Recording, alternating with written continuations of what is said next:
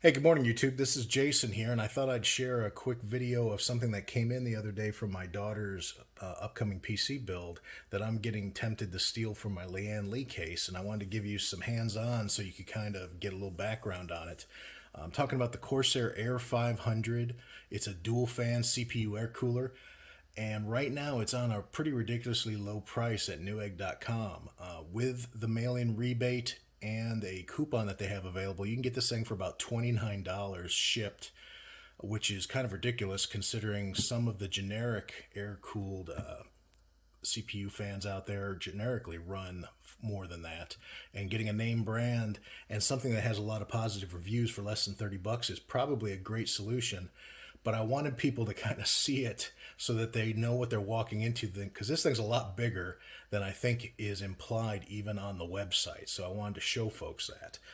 This is usable on both AMD and Intel CPU setups, so you don't have to worry about this thing being not compatible with your particular model, and it does go back several generations on both sides, so most current PC users should have no issue at all using this with their current CPU and motherboard.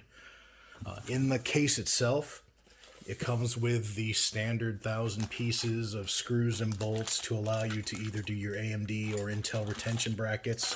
Comes with all the necessary clips and power cord extensions. It even includes another piece of the Corsair thermal paste, another tube rather, even though it does come pre-applied. So if you do have any problems or if you decide to reuse this in the future, you get some quality thermal paste to go along with it, which isn't a bad thing.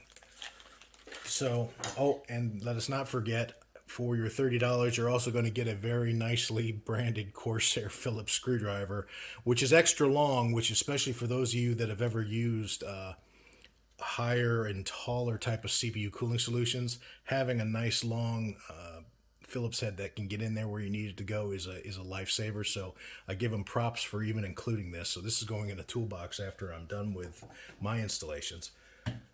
So this is the actual CPU cooling fan setup right here. And as you can see, they are not messing around. Those are dual 120mm Corsair fans. So this push-pull configuration is really, in my mind, one of the best solutions because it's guaranteed to get maximum airflow over those radiator fins.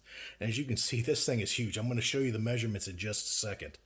They use 4 copper tubes, which is a very efficient way to get that heat off of your actual chipset and into the fan for dissipation.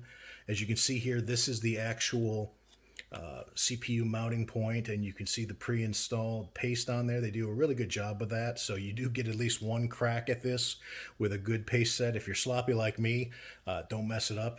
But if you do have that extra thermal paste that came with it, so I do give them props for that as well. But as you can see, this is not a small setup. And if you were running a micro case or maybe any type of custom streamline case, you could be a little bit concerned about the overall measurements. So that's one reason why I wanted to do this video.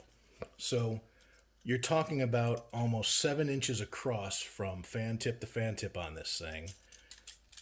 You're talking a standard height just over 6.5 inches tall. However, this can actually be moved to allow, for those of you that are using standard vertical RAM, this shouldn't be an issue. This would be fine for what you're using it for. However, you can actually move both of these fans up about 1 inch to allow yourself additional room for your taller RAM chipsets that are out there. So again, almost 7 inches across, 6.5 inches deep, and also about 5.5 inches across from side to side. So basically, take your 120mm fan that you have sitting around, and you can use that as a good approximation for the length and width on this. What I'm going to do next is I'm actually going to stop the video. I'm going to go over to my Lian Li case, and I'm going to take measurements there and allow myself a chance to show you what it may look like. I'm not actually going to pull my AIO off right now, but I thought I'd like to at least show you whether this thing stands a chance of fitting in the Lian Li case for those of you interested. Okay, everybody, so we're here at the case. I know people are going to be a little bit freaked out that I'm doing this with the case actually running, but I just wanted to give you some quick measurements. So as you can see, I'm running the all-in-one cooler, and just a little bit of a size comparison when you're looking at this thing. Again, just the sheer size of this going into your case. Based on the measurements that I've taken here, the 7 inches by about 5 inches, it will actually fit in there from a length perspective. However, from height, I think here you might have some clearance issues if you're trying to run top fans. You could probably just get it in there, but I'd be a little bit concerned about having enough clearance between the actual heatsink and any case fans, so that may preclude you from putting any top fans in there. Most likely you could go with the alternative of mounting them at the bottom and having them blow up through the case, which again is just extra. And I probably don't even really need these two particular fans in here. I just had the space and I had the extra fans, and I thought the lighting would work a little bit better with this case. But I would most likely take these out if I was going to run this actual Corsair CPU cooler in there. I did also measure this. I'm running standard Corsair Vengeance RAM chips in here. I've got 64 gig in there.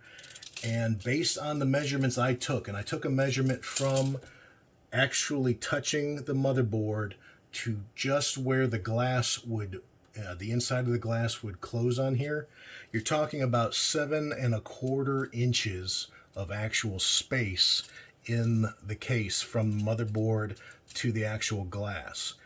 And as we talked about earlier, this sits at just about 6¾ inches at the top in its normal configuration. So since I'm using normal RAM chips without an extended vertical impedance, I could most likely just get that in there. But you're talking about this thing being extremely close to your glass. But then again, you know, if you're running this as a cooling solution, that really shouldn't impact anything because your heat's going to be radiating and going out the back of the case anyway. So I'm tempted to actually go ahead and do a video changing these two out, and if I work up the nerve and if there's enough folks that are interested, I might actually pull the AIO off and put this in there just to make sure that it does have the proper clearances. But again, I just wanted folks that are maybe looking at some type of alternative for the Lian Li case and are looking at the A500 as a option to just be aware that this is going to be a snug fit for those of you out there, and to just kind of weigh that carefully, especially if you're using any type of taller RAM setup that's going to force you to move those fans up slightly to get clearance, because this will cover up your RAM slots, especially if you're running dual RAM slots on both sides of the CPU. Be aware you're going to have to adjust at least one, if not both of these, to accommodate that, depending on if you're using tall RAM or not. And again, if there's any questions or comments out there, I'd be happy to answer them. I always like to take pictures or additional videos where necessary. Again, I hope this helps somebody out, and have a great day.